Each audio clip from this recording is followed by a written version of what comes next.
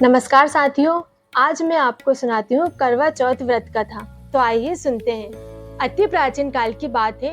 एक बार पांडु पुत्र अर्जुन तप करने के लिए नीलगिरी पर्वत पर गए। इधर पांडवों पर अनेक मुसीबत पहले से थी। इससे द्रौपदी ने शोक विह्वल हो श्री कृष्ण की आराधना की।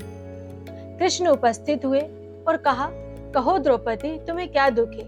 द्रौपदी ने कहा, प्रभु, आप तो पहले से ही मेरे कष्ट जानते हैं, कृपया इनके निवारण का कोई उपाय बताएं। तब श्री कृष्ण ने कहा कि आज मैं तुम्हें करवा चौथ व्रत का एक कथा सुनाता हूँ, तो ध्यान पूर्वक सुनो। प्राचीन काल में एक गुणी विद्वान धर्मपरायण ब्राह्मण रहता था। उसके 4 पुत्र व एक सुशील पुत्री थी।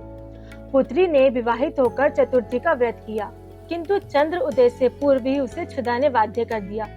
तब उसके स्नेही भाइयों ने छल से पीपल के पेड़ पर एक कृत्रिम चंद्रमा बनाकर उसे दिखा दिया।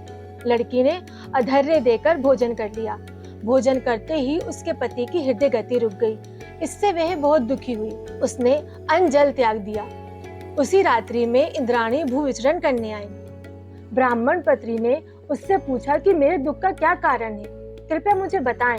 इंद्राणी ने कहा, तुमने चंद्र दर्शन के पूर्व ही भोजन कर लिया, तभी तुम्हें ये कष्ट हुआ। तब उस लड़की ने अंजलि बांधकर विनय की कि मुझे इससे मुक्त होने का कोई उपाय बताइए। तब इंद्राणी ने कहा, यदि तुम विधि पूर्वक अगली करवा चौथ का व्रत करो तो तुम्हारे पति पुनर्जीवित हो जाएंगे। कन्या ने ऐसा करने का वचन दिया तो उसका पति स्वस्थ हो गया। इस पर उस कन्या ने वर्ष भर प्रत्येक चतुर्थी का व्रत किया और अनंत अखंड सुहाग प्राप्त किया। श्री कृष्ण ने कहा, हे द्रौपदी, यदि तुम इस व्रत को करोगी तो तुम्हारे भी सभी संकट टल जाएंगे।